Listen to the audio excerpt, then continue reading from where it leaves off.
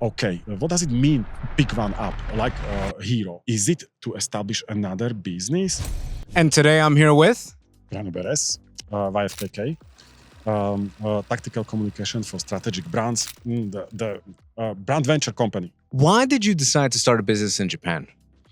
Out of necessities and as well out of what happened at the time in my life. It was a natural progression of what I was desiring to do. Staying here, stay in the business of visual communication and do design. That is what I did. What are the biggest challenges of being a foreign business owner in Japan? The classic, the array of classic, like being you are obviously a foreign element on the street and as well in the on the street and as well in the business environment. Really understanding what's going on. The rules are different. So you better get your grip fast because you don't want to sabotage yourself, and then learn every day and don't stop learning. Never stop learning. What are some of the rules in Japan for establishing a business? Well, yes.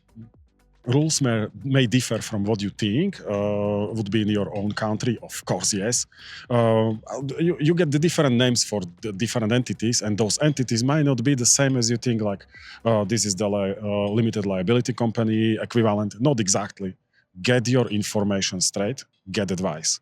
And getting advice, it's not as well so straight as it sounds. Like, well, I'm gonna knock on the door of the first notary or a lawyer, and he's gonna give me the set of right answers.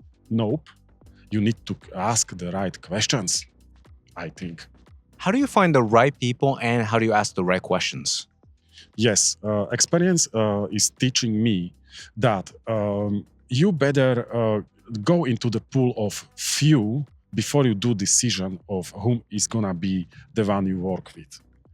And so kind of vetting. And then you see the way of responding. Reserved and very private may not be exactly your type of guy. If you go, you find somebody who is giving more than you are asking, you are maybe onto something.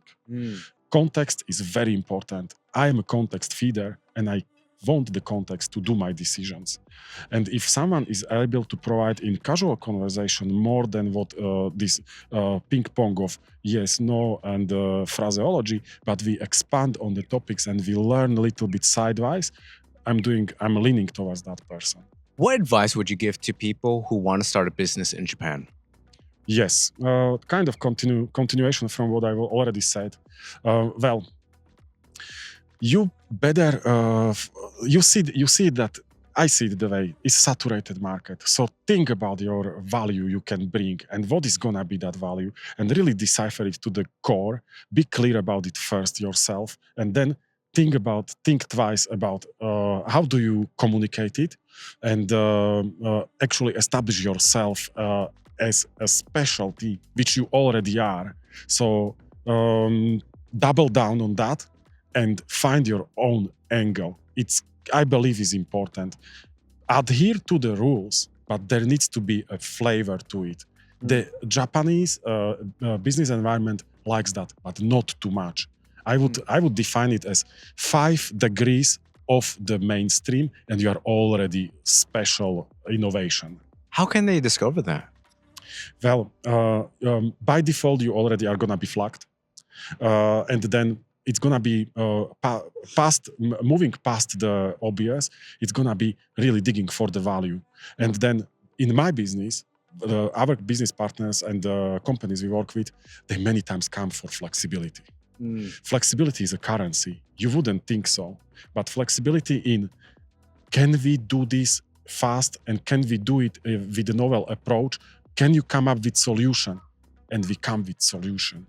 Apparently, it's not exactly the same way in the purely domestic conduct, where roles are already preset and everybody is just protecting the risk. You mentioned that flexibility is a currency. Can you explain that?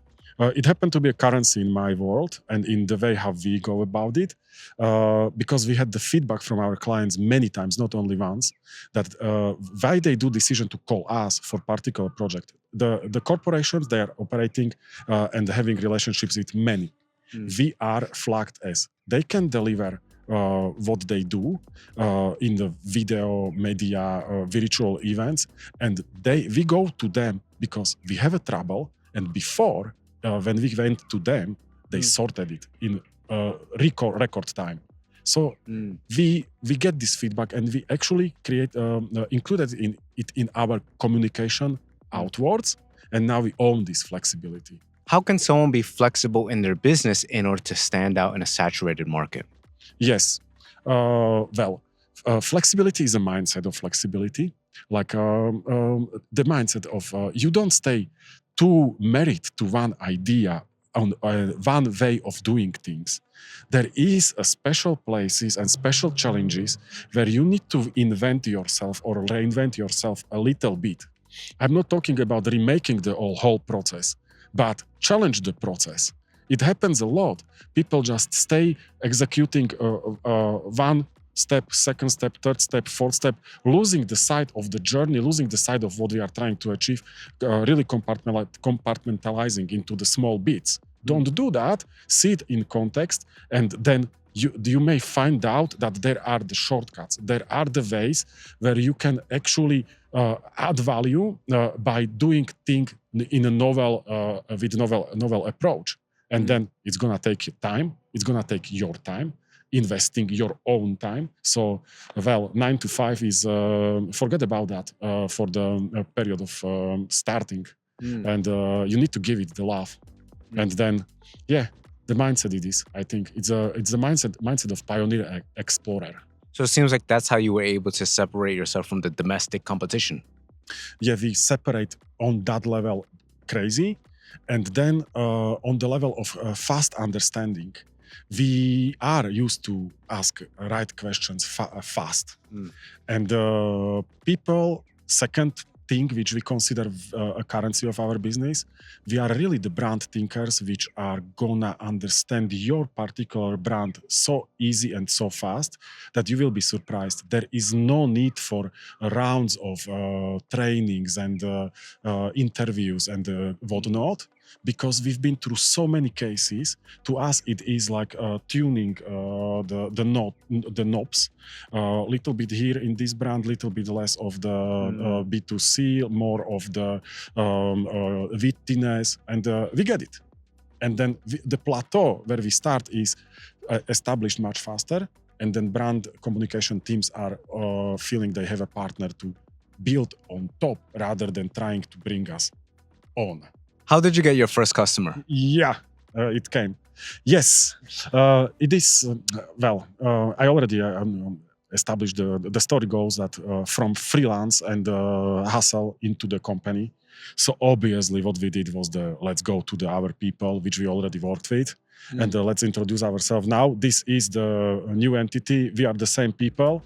Don't you want to play a little bit more than pretty design? We are having agency, first thing. And then another, look outside, make connections, help people, because when you help people, you never know when this boomerang is gonna come back to you, but it will. Every single one will. And this is how we actually managed to get to our first real deal account, where it was all about the people. We've been in the right time and the right place, positioned, and we've been willing to compromise and actually give.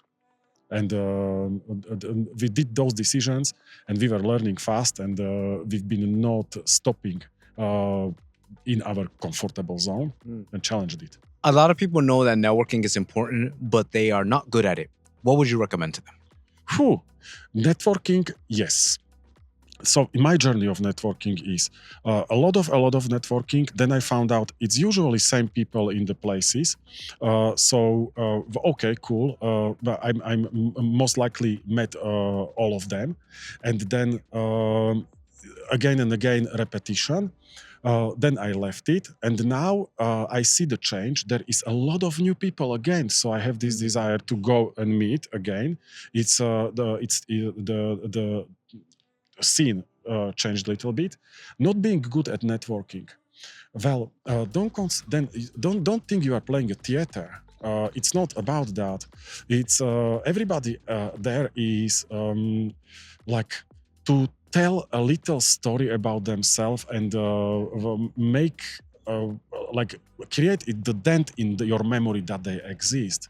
So go with that mindset. It's actually a place of curiosity. So we have networking event. Don't be hesitant and start saying things as you really think, because it could be a novel approach which they just crave to hear. Don't be shy and don't use phrases. Don't stay on the pleasantries of the common like level conduct. Give more. Dig deeper and show what you are bringing to the match, to the game. Got it. If you were to lose everything you had today, how would you build yourself back up? That is interesting. Yes, this would be this. My best idea would be, well, everything is lost, but is it really everything? I think we are talking about business money. Lost in investment. The cash flow is really dead. Problem with the bank. You can't continue. Closing down. Boom. Okay. So I'm thinking about, I still need to provide for the family. So I'm gonna take the honest, normal job, everyday manual job. I will take. I will do that on purpose, and I will stay there. I will stay there for a time when I'm gonna straighten my mind up and find the next better idea. Get the time. I would really. I'm gonna just make enough to provide for the food and the rent, and the rest is strategically maybe 6 month timer, let's call it. I would be just working manually. And when I work manually, the mind can rest and can come up with the ideas, can get at peace with what happened, learn from it, and go to the next thing. If I would ever decide to go to the next thing in a business. So do you think that if you would lose everything, that you would go and work at another company? Or do you think maybe that might be temporary, but you're going to start another business? Ooh, difficult to say. And reading the books, people which are like, this is the thing. It's not really big shame to lose and bankrupt, but what is really bad is never pick yourself up. Right? Like, you don't pick yourself up. The stories are about this. The hero, he failed and then he went and picked himself up. Okay, what does it mean to pick one up, like a hero? Is it to establish another business? If you know what you do and you learned from previous failure, it's maybe natural progression. It is, you are closer to establish better business, actually. Yeah, but I would be doing a decision. Do I want the hustle of it, or can I do it the way that I don't do any hustle and it still is a business? And that would be my challenge. And I would give myself this like real deal manual work and come up with that great strategized mass of how to approach it, what to do step by step, and then do the decision. Do I do it? Do I want it? Or I'm gonna stay in my job? Got it. Branos, thank you so much. I appreciate it.